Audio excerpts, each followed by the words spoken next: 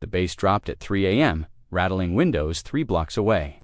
Margaret Chen stood in her pristine kitchen, watching her neighbor's pool glow like a disco inferno, realizing she had pushed the wrong man too far.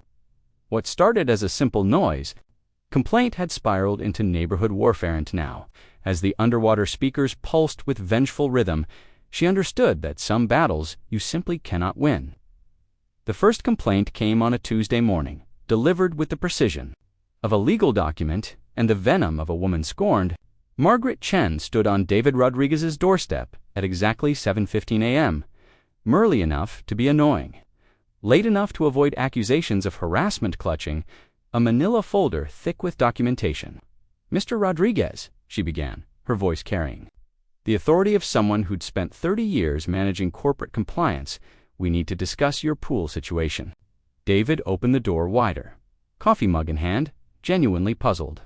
He was a software engineer who worked from home, kept to himself, and had saved for 3 years to install the modest above-ground pool that now dominated his small backyard. At 34, he'd finally achieved his dream of morning swims, before work and evening laps, under the stars. "Good morning, Mrs. Chen. What's the issue?" Margaret's lips pursed into a line so thin it nearly disappeared. She opened the folder with ceremonial gravity, revealing printed photos, time-stamped logs, and what appeared to be hand-drawn diagrams. "The issue, sir, is noise pollution. Your pool filter runs constantly. The water circulation system operates at all hours. And don't get me started on the splashing." She thrust a photograph toward him, a surprisingly clear shot of his pool taken from her second-story window.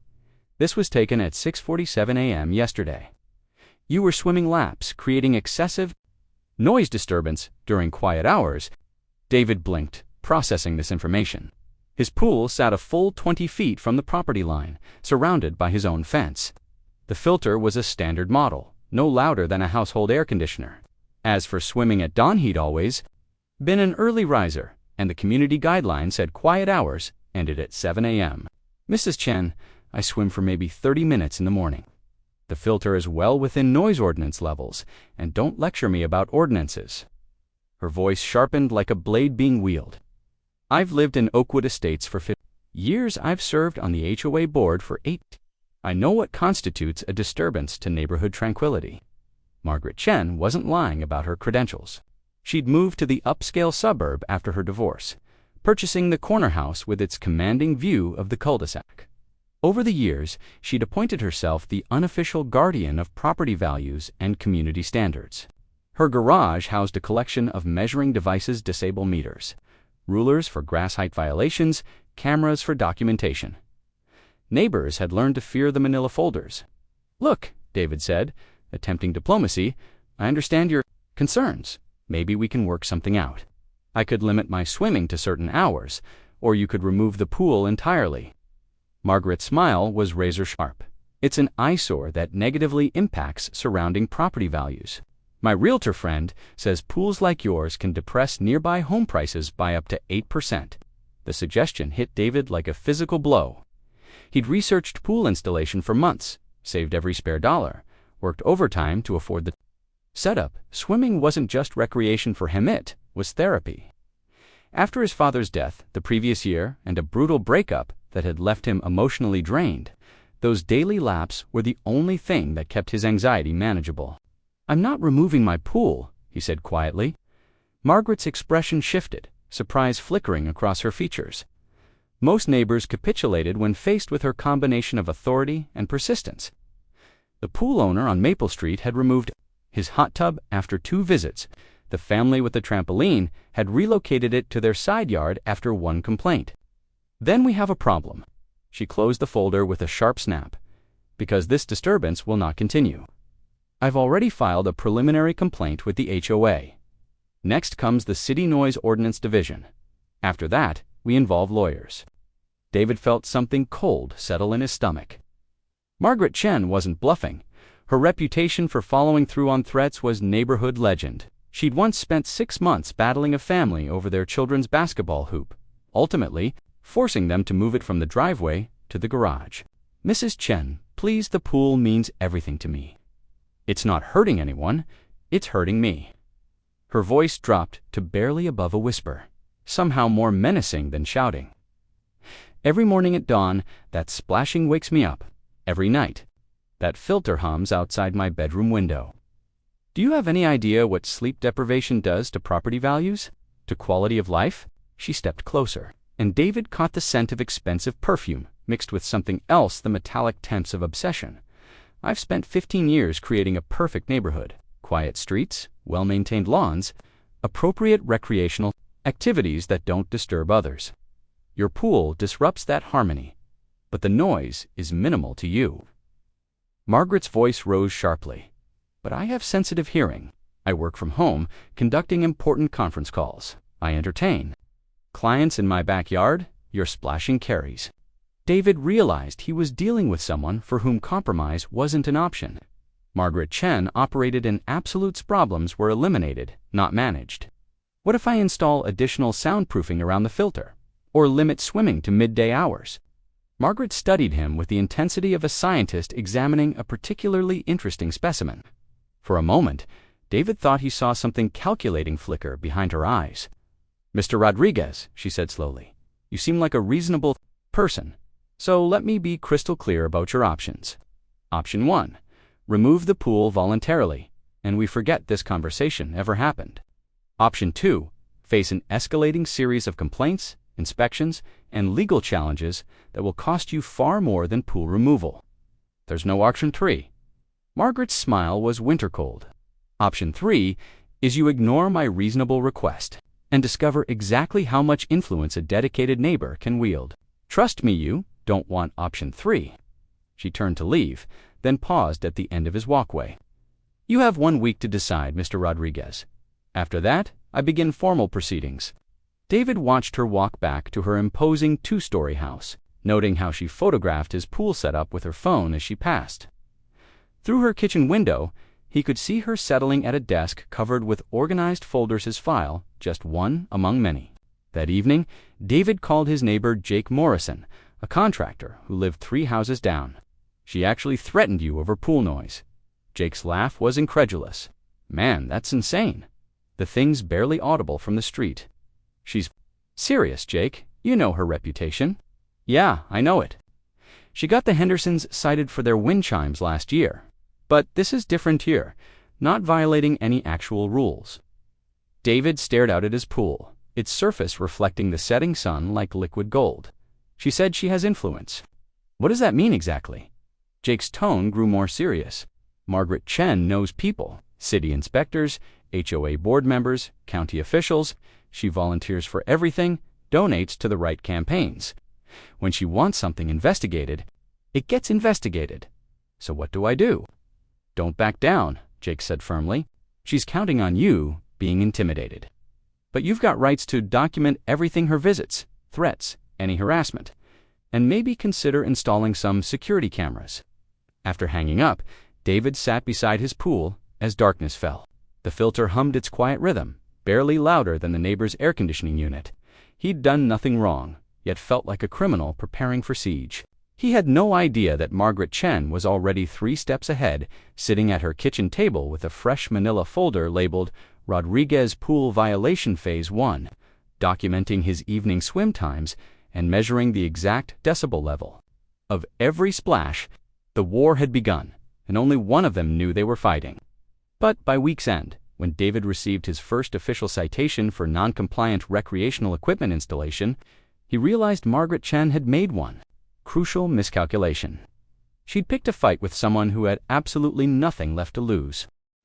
The citation arrived on a Friday afternoon, delivered by a bored-looking city inspector who barely glanced at David's pool before handing over the official paperwork.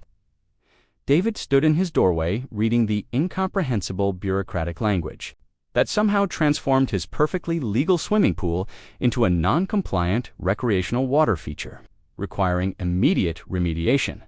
What exactly am I supposed to remedy? Permanently attached to his hand.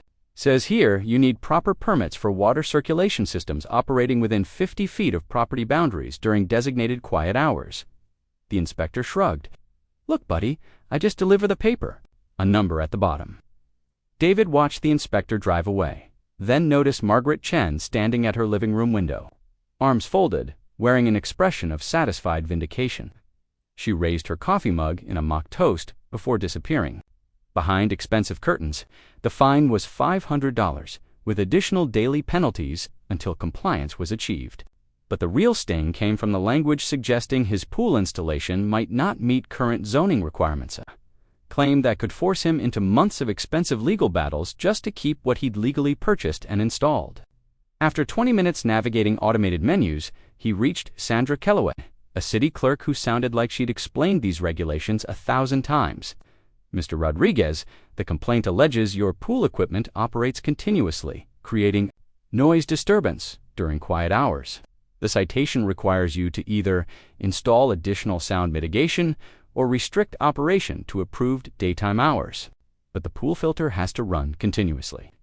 That's how pools work. Sir, I don't make the rules. I just process the paperwork. Sandra's tone suggested she'd had this exact conversation multiple times today.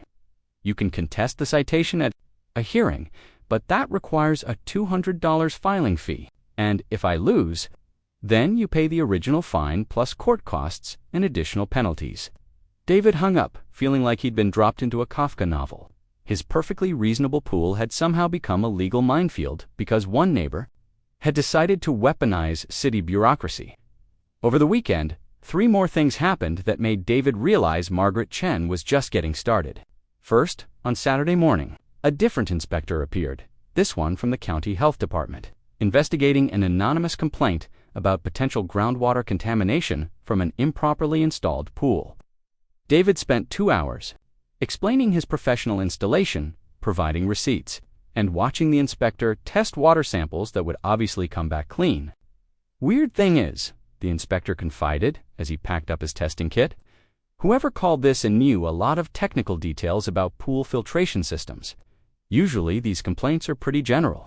The charge, installing recreational equipment without proper board approval, citing a regulation buried deep in the community guidelines that apparently required advance notification for any backyard additions over a certain size.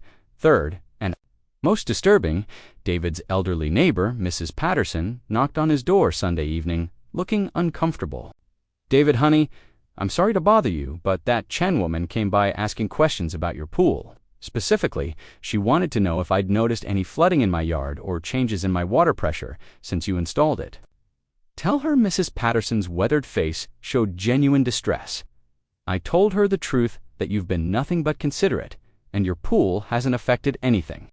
But she kept pressing, asking if I'd be willing to sign a statement about neighborhood water table issues. She paused, wringing her hands. "David, I've lived here 40 years. I've never seen anyone go after a neighbor like this."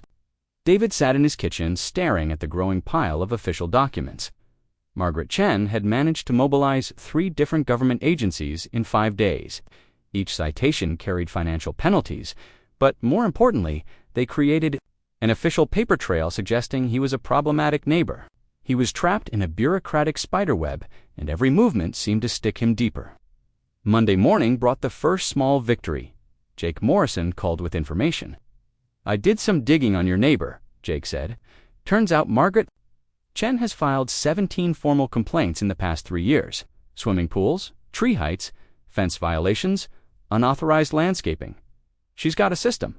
"What kind of system?" "She studies city codes obsessively, finds obscure regulations, then files complaints that force expensive compliance battles. Most neighbors give up rather than fight. But here's the interesting part. She's not always right," Jake explained. That Margaret had lost several cases when neighbors bothered to contest her claims. The problem was that fighting took time, money, and expertise most people didn't have. So what's her weakness? Documentation. She's meticulous about filing complaints, but sloppy about evidence. And she's got a temper. If you can make her angry enough, she overstep. David felt something shift inside his chest, not quite hope, but the beginning of a plan. Tuesday brought Margaret Chen's masterpiece, a cease and desist letter from Morrison, Kellerman, and Associates demanding immediate removal of his nuisance pool installation and threatening civil action for property damage, intentional infliction of emotional distress. The letter was beautifully written, professionally formatted, and legally meaningless. David knew this because he'd spent Monday evening researching Margaret's previous legal threats. The same law firm had sent similar letters to 4 other neighbors in the past 2 years. In each case, the threats were abandoned when the target bothered to respond through their own attorney. But this letter contained one critical mistake. In the 3rd paragraph, Margaret's lawyer had written, "Our client has documented tranquility, including but not limited to swimming activities conducted at unauthorized hours and deliberate creation of excessive noise disturbance." David read the sentence 3 times, then called Jake Morrison. "She's claiming I deliberately make excessive noise. That's what it says. Why? Because that gives me a legal opening. If she's claiming intentional harassment, I can demand discovery of her evidence. And Jake, I think I know exactly how to make Margaret Chen angry enough to show her true colors." Wednesday evening, David received an unexpected visitor. Tom Kellerman, Margaret's attorney, appeared at his door looking slightly embarrassed. "Mr. Rodriguez, I represent Mrs. Chen in this matter. I wonder if we might discuss a reasonable settlement." David invited him in, curious about this development.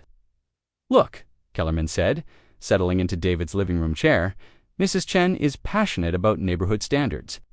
Sometimes that passion leads to overcomplicated legal positions. I think we can resolve this simply. What are you suggesting?" "My client would be willing to withdraw all complaints in exchange for your agreement to limit pool usage to designated hours, say 10 a.m. to 6 p.m. daily. No admission of wrongdoing, no fines, just a neighborly compromise." David studied the lawyer's face. Tom Kellerman had kind eyes and the demeanor of someone who'd grown tired of filing frivolous complaints. Off the record, the lawyer hesitated, then nodded. "How many of these cases do you actually win?" Kellerman's silence was answer enough. "Your client has turned my life upside down over a noise complaint that has no merit. She's weaponized city bureaucracy to harass me into submission. And now, you want me to accept restrictions on my legal right to use my own property." "Mr. Rodriguez, no settlement," David said firmly. "Tell Mrs. Chen that if she wants to fight this, we'll fight it. But fair warning, I'm not the neighbors who came before me. Complaint, and make sure everyone in Oakwood Estates understands exactly what kind of person they're dealing with." Kellerman gathered his papers with obvious relief. "I'll convey your message." After the lawyer left, David walked to his pool and stared at the water shimmering under the porch lights. Attacks. But Jake was right. She had weaknesses. And starting tomorrow, David Rodriguez was going to exploit every single one of them. He had no idea that Margaret Chen was watching from her darkened window, already planning her nuclear option. Margaret Chen's nuclear option arrived at 6:47 a.m. Thursday morning in the form of Detective Ray Castellano. "I need to speak with you about a complaint filed regarding harassment and potential stalking behavior." "I'm sorry, what?" Detective Castellanos consulted his notepad with the weary expression of a man who'd seen every variety of neighbor dispute. "We received a formal complaint alleging that you've been engaging in intimidating behavior toward a neighbor, taking photographs of her property, deliberately timing your pool activities to disturb her sleep, and making threatening statements." The accusations hit David like ice water. "I've barely spoken to Mrs. Chen, except when she comes to my door with complaints. Mrs. Chen provided documentation of the alleged harassment. Photos, time-stamped logs, audio recordings of threatening language. According to her statement, you told her attorney yesterday that you intended to make her life difficult and ensure the neighborhood knew what kind of person she really is." David's mind raced. Margaret had somehow transformed his legitimate defense into evidence of stalking. Every morning swim was now deliberate disturbance. His security cameras, installed on Jake's advice, became surveillance equipment used for intimidation. Even his conversation with Tom Kellerman had been twisted into threatening behavior. "Detective, I installed security cameras because she's been filing false complaints. I swim in the morning because that's when I've always swum. And I told her, lawyer, I wouldn't accept an unfair settlement. That's not a threat." Castellano studied David's expression with practiced skepticism. "Mr. Rodriguez, I'm not here to arrest you. Orders can be issued based on documented patterns of harassment." "What kind of documentation?" The detective showed David several photographs clearly taken from Margaret's second-story window, showing him by his pool at various times. Each photo was annotated with dates, times, and Margaret's interpretation of his activities. Engaging in deliberate noise creation at 6:45 a.m. Subject staring directly at complainant's bedroom window while swimming. David realized with growing horror that Margaret had been building this case for weeks. Every innocent action had been photographed, documented, and recontextualized as evidence of harassment. She'd turned his own life into a legal weapon against him. What happens now? And Mr. Rodriguez, I'd seriously consider resolving this civil dispute before it becomes a criminal matter. After Detective Castellanos left, David called Jake Morrison, who arrived within 10 minutes, looking grim. She played you, Jake said. Studying the police report. Every move you made, she was 3 steps ahead. The security cameras, the defiant stance with her lawyer, even swimming during your normal hours, she documented all of it as harassment. So, what do I do? Stop swimming. Remove the cameras. Let her win. Out at the pool that had become the center of David's nightmare, there's something you need to understand about Margaret Chen. This isn't really about your pool. What do you mean? Died. She inherited the house when her mom passed, moved here from the city, and immediately started finding problems with everything. It's like she needs the conflict. David felt a chill that had nothing to do with his wet swim trunks. You're saying she's unstable. I'm saying she's dangerous. And she's not going to stop until you're gone or broken. Phone. But she made one mistake. In all her documentation, she's admitted to conducting surveillance on you. Taking photos from inside her house, recording your activities, maintaining detailed logs of your schedule. Isn't that legal? Not if it can be proven she's doing it for harassment purposes. And Afternoon, David received an emergency call from his employer. Somehow, Margaret had discovered where he worked and contacted his HR department with concerns about an employee engaged in a neighborhood stalking case. David, I have to ask, said his manager Sandra Walsh during a hastily arranged video call. Are you involved in some kind of criminal investigation?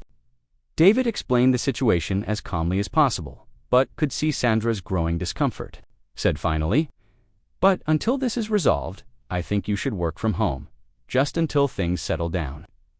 David hung up, feeling like his entire life was disintegrating. Margaret Chen had managed to isolate him professionally, legally, and socially with a campaign of calculated lies and bureaucratic manipulation. That evening brought the final straw. Mrs. Patterson knocked on his door again, this time accompanied by the Hendersons from 2 houses down. All 3 neighbors looked uncomfortable but determined. David, Mrs. Patterson began gently, we need to talk about this situation with Margaret.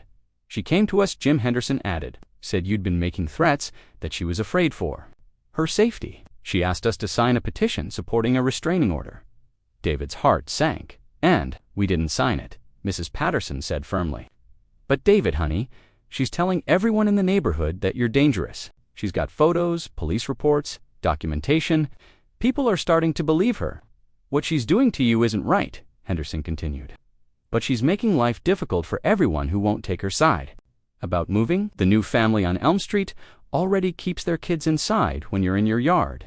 David realized Margaret's strategy was complete.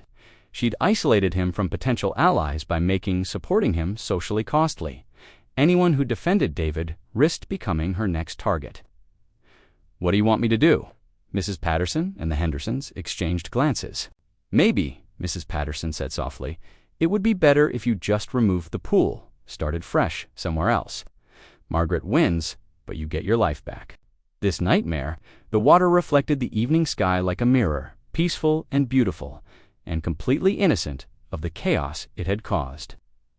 For the first time since this began, David seriously considered surrender. Margaret Chen had systematically destroyed his reputation, threatened his job, isolated him from neighbors, and weaponized the police against him. She'd proven that one determined person with knowledge of bureaucratic systems could make another person's life unbearable. But as he stood there, David remembered something Jake had said. She's not going to stop until you're gone or broken. If he removed the pool, apologized, and moved away, she'd already established a pattern. Someone had to stop her, and David Rodriguez suddenly understood exactly how to do it. Systems. There was a long pause. David, what are you thinking? I'm thinking Margaret Chen has spent 3 weeks documenting every sound my pool makes, to give her something worth documenting. David, don't do anything stupid. I'm not doing anything stupid. Jake, I'm doing something brilliant. Margaret Chen wanted a war. She's about to discover what happens when you pick a fight with someone who builds technology for a living. That night, David began researching underwater speaker systems with the focused intensity of a man who'd finally found his purpose. The underwater speaker system arrived on Tuesday, delivered in multiple boxes that David carried into his garage with the reverence of a general receiving artillery. For 3 days, he'd studied marine audio technology with obsessive precision waterproof, amplifiers, pressure-resistant transducers, and sound distribution systems designed to turn swimming pools into concert venues. Jake Morrison arrived Wednesday evening to find David's garage transformed into an electronics laboratory. Circuit diagrams covered every surface, and David hunched over his laptop surrounded by components that looked like they belonged on a movie set. Jesus, David, what is all this? Acoustic warfare, David replied without looking up. Margaret Chen thinks she knows what pool noise sounds like. She's about to get an education. Jake examined the technical specifications scattered across the workbench. This system is rated for commercial installations, dance clubs, water parks, Olympic training facilities.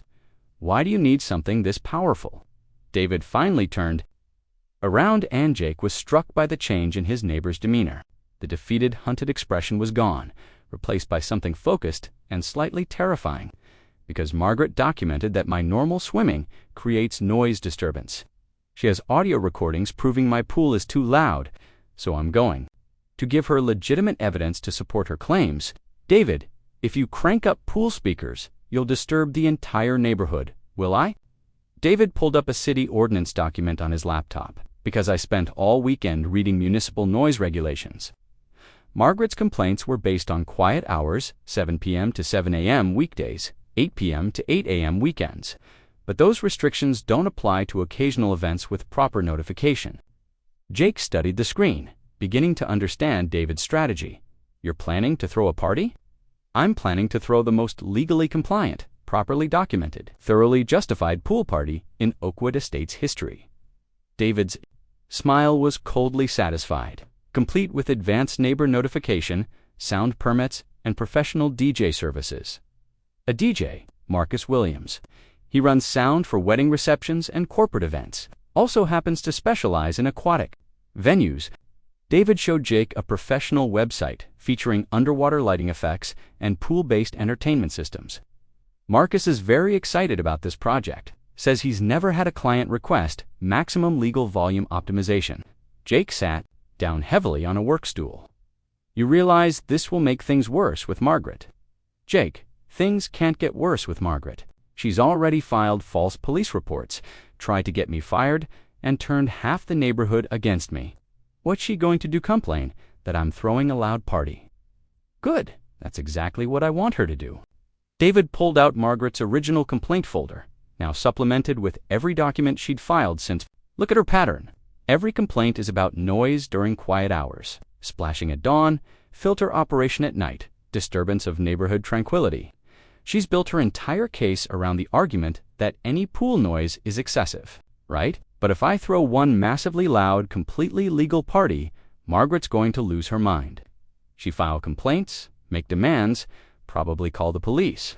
And when she does, she demonstrate that her real problem isn't legitimate. Noise disturbance, its pathological need to control other people's behavior. Jake was beginning to see the brilliance and danger of David's plan. You're trying to make her overreact. I'm trying to expose what she really is. Margaret Chen has spent 3 weeks portraying herself as a reasonable neighbor, driven to desperation by my inconsiderate behavior. But one properly legal pool party, and she'll show everyone the unhinged tyrant she actually is. Thursday morning, David began phase 1 of his counterattack. He hand-delivered formal party invitations to every house in Oakwood Estates, complete with RSVP cards, event details, and apologetic advance notice about temporary noise levels. The invitations were masterpieces of suburban diplomacy. David Rodriguez cordially invites you to a pool party celebration on Saturday evening, 6 p.m. to 10 p.m. Live DJ, refreshments provided, family-friendly environment. We apologize in advance for any temporary sound disturbance and have obtained all necessary permits for this special event. Your patience and understanding are greatly appreciated." Mrs. Patterson was the first to respond, appearing at David's door within an hour of receiving her invitation. "David, honey, what are you doing? Throwing a party. You're welcome to come." "This isn't about the party." Mrs. Patterson studied his face with maternal concern. "You're planning something." David had grown fond of Mrs. Patterson over the months. She'd been the only neighbor to consistently defend him during Margaret's campaign. He owed her honesty. "Mrs. Patterson, Margaret Chen, has made my life hell for 3 weeks. She's lied to police, harassed my employer, and turned neighbors against me. I can't make her stop, but I can make sure everyone sees who she really is.